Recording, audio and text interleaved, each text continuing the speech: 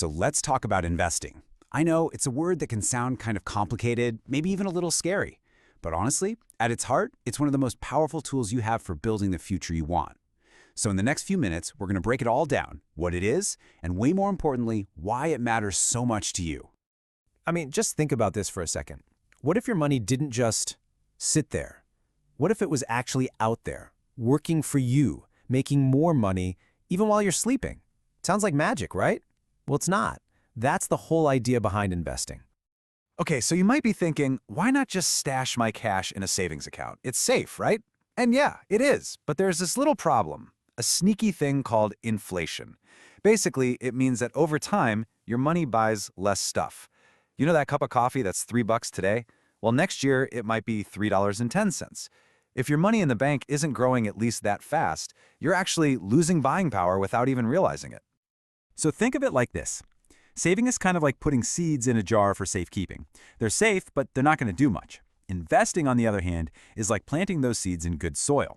You're actually giving your money a real chance to grow into something, well, something much, much bigger. All right, so how does this planting actually work? What are these seeds we're talking about? Let's dig into the two most common types you'll hear about. Now, there are a bunch of different options out there. But really, most investing comes down to two basic building blocks, stocks and bonds. Let's take a quick look at what makes them so different from each other.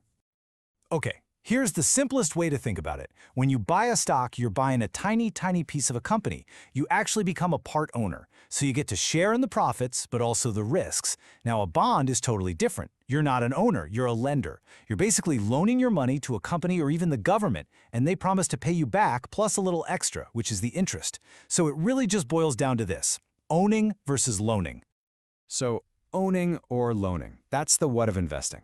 But the real magic, the secret sauce that can create some serious growth over time, is this incredible thing called compounding.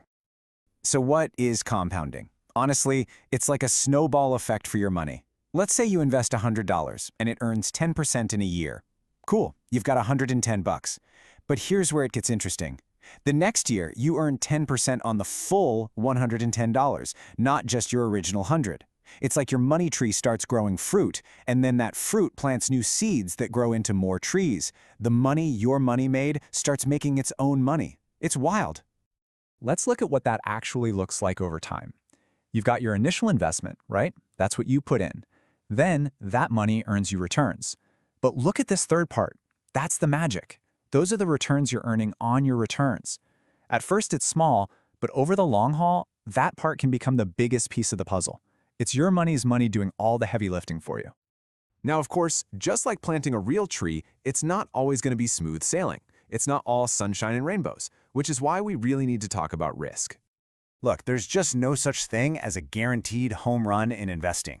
It's kind of like that money tree we were talking about. It's got to deal with the weather. You're going to have sunny seasons where everything is growing great, but you're also going to have storms and maybe even a drought or two. The value of your investments will go up, but they can also go down. That's just part of the deal. And that brings us to the most basic trade-off in all of investing.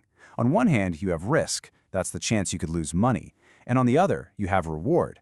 That's the potential for your money to grow. You really can't have one without the other. They're like two sides of the very same coin.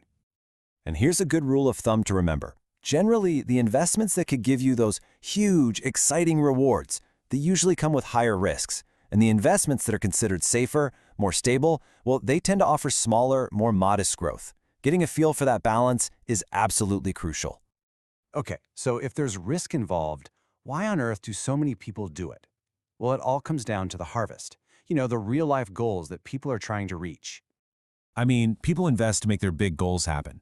Things like planning for a comfortable retirement where you're not stressing about money, or saving up for that down payment on a house, or just building a cushion for your family's future. At the end of the day, it's about getting to a place of financial freedom and making sure your money is actually working hard for you.